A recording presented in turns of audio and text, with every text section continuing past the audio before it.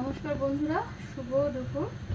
আজকে একটা নতুন নয়, সবারই বাঙালিরা এটা করে যারা মাছ ভাত ভালোবাসে। তো এটা ছিল আমার কাতলা মাছের লেজা, অনেক বড় ছিল। তো আমি ওই একটা লেজাটাই এতটা বড়, ওটা আমি কেটে একটু লেজা কষা করব।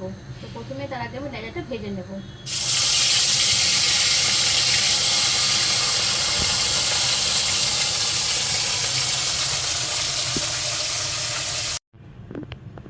দেখো বন্ধুরা, মাছটা আমি ভেজে নিয়েছি।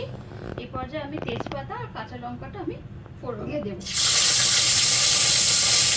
এখানে মিক্সিতে কিছু মশলা করব, সেটা হচ্ছে পেঁয়াজ, শুকনো লঙ্কা আর টমেটো। এটাতে কোনো আলু পড়বে না। এখন আমার মশলাটা হয়ে গেছে, এটা আমি এখন তেলের মধ্যে দিয়ে দেবো। এতে কোনো আমি আদা দেবো না, এটা শুধু পেঁয়াজ আর টমেটো দিয়ে কষাটা করবো। এরপর আমি কিছু মশলা অ্যাড করব।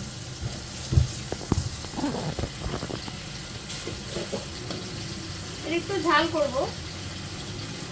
প্রথমে আমি দেব নুন,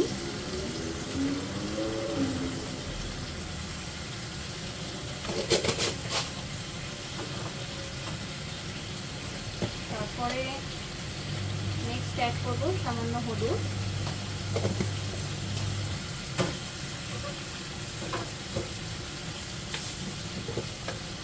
টেস্টের ব্যালেন্সের জন্য দেব সামান্য চিনি,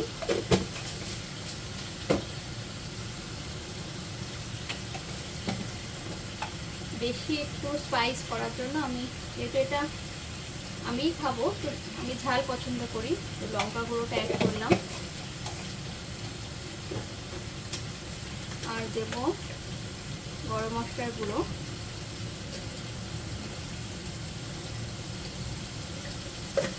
এখন আমি এই পর্যায়ে এটা কষাতে থাকবো।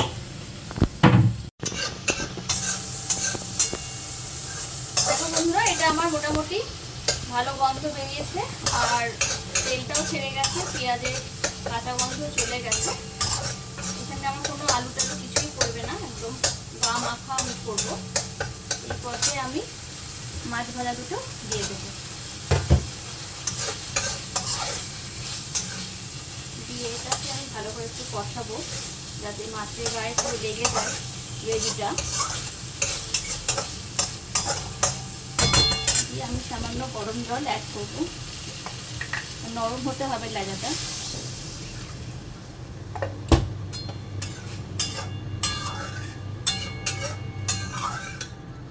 যেহেতু লেজা একটু শক্ত হয়, যেহেতু পেটির মাছ নয়, তো ওই জন্য একটুখানি নরম হবে।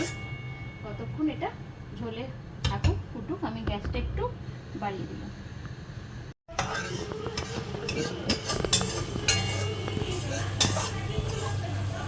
দেখো বন্ধুরা, আমার এই লেজা কষাটা হয়ে গেছে। এখন আমি এটা প্লেটে ওঠাবো। এটা হচ্ছে ফাইনাল লুক।